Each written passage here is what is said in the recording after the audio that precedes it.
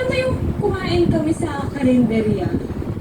Tapos nagpaikot-ikot sa nagganto ang suot namin. Eh, sus, gano'n naman doon talaga ang mga mayayaman, di ba?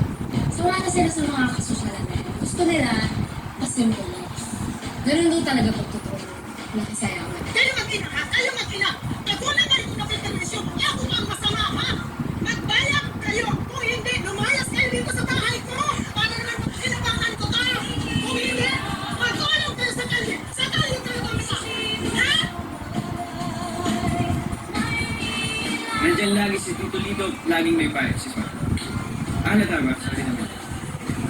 Laging may payo, sorry, Spa. Laging may payo, sorry, Spa. Hindi na.